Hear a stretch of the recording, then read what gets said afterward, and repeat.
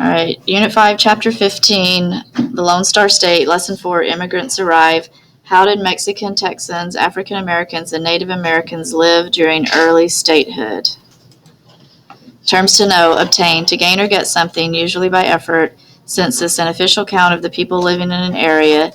Shift, to move or cause something to be moved to a different place. Antebellum, referring to the decades before the Civil War.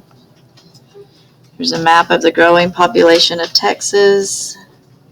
Now that I think about it, Democrats are pretty much the villain stuff then. 1850 Texas census data. According to the 1850 census, Texas had a total population of 212,592 people. The majority of that population, over 154,000 Texans, were listed as white.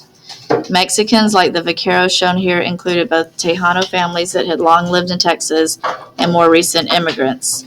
1850 Texas census data: Native Americans were not officially identified in any U.S. census until 1860. As a result, few, if any, Native Americans were counted in the 1850 census. Large numbers of Native Americans had been driven out of Texas by 1850, including the Kickapoo. After taking part in the Cordoba Rebellion, they were included in Lamar's campaign to push Native Americans out of Texas. By 1839, most Kickapoo had fled to Mexico.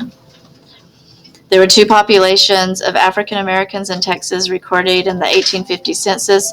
Those who were enslaved numbered over 58,000, and only 397 African Americans were listed as free.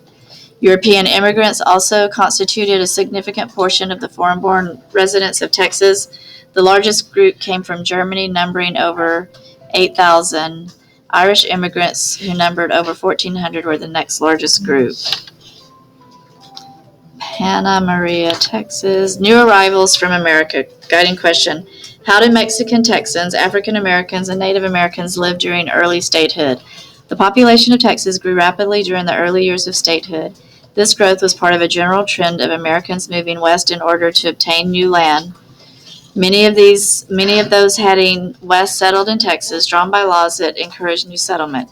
Since Texas still controlled its public lands, it could dispose of them as it wished.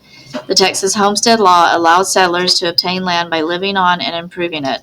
Also, the Texas Constitution protected a settler's homestead from creditors. The U.S. Census of 1850 recorded 212,592 Texans. A census is an official count of the people in an area.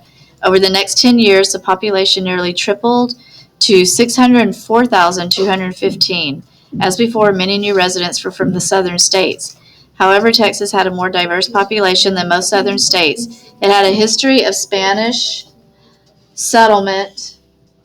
It had many more European settlers who had come while it was a republic. Because much of the land was unsettled frontier, Native Americans continued to live there. African Americans were a large part of the population, as they were in the rest of the South. One result of the U.S.-Mexican War was that the Texas border shifted. In 1848, the Treaty of Guadalupe Hidalgo fixed the southern Texas border at the Rio Grande. As a result, Mexicans in the area between that river and the Nueces became Texans and Americans. The 1850 U.S. Census of Texas counted about 14,000 Mexican Texans.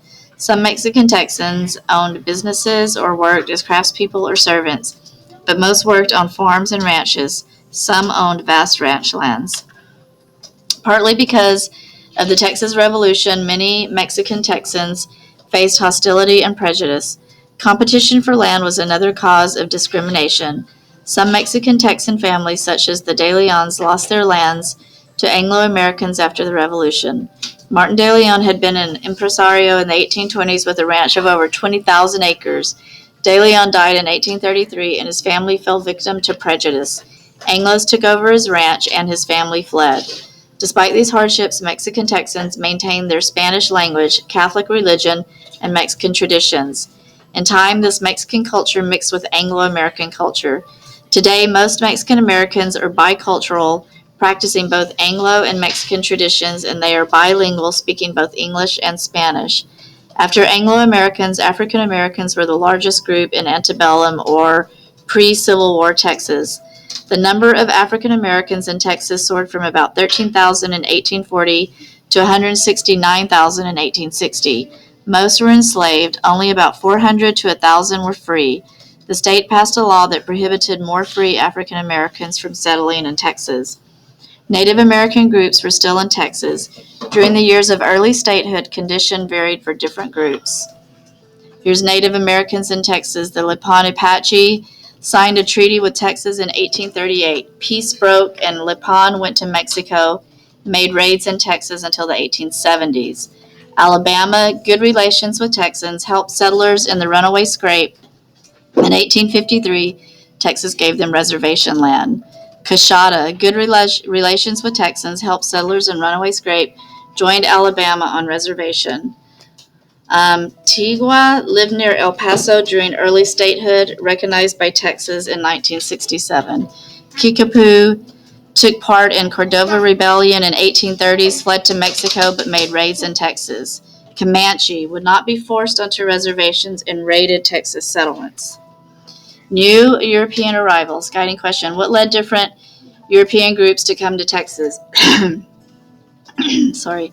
In 1850, the foreign-born people of Texas numbered about 17,000, or 8% of the population. That percentage was about the same in 1860, but the number was more than 40,000. Europeans came to Texas for several reasons. One reason was to own land. Another reason was to escape problems in their homelands.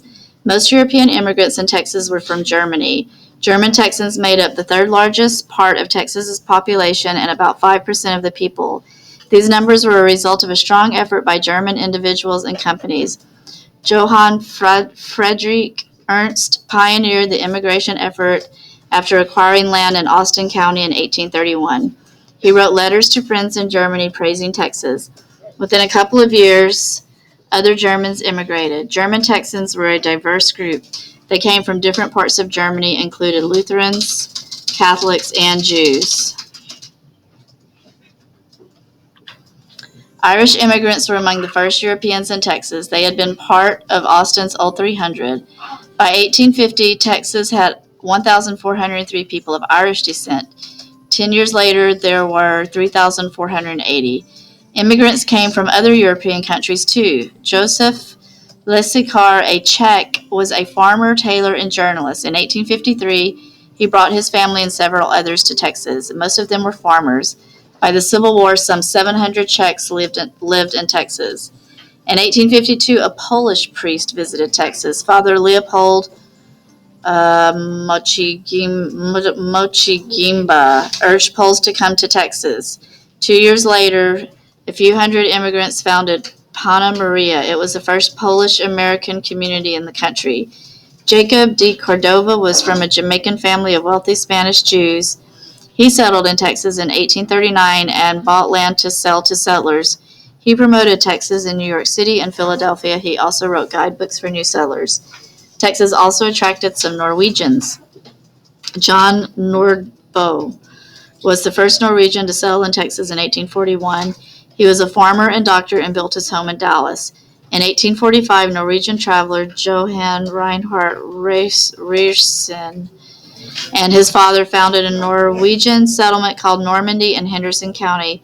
Later it became Brownsboro. Another Norwegian settlement was founded on the Kaufman and Van Zandt County line in the late 1840s.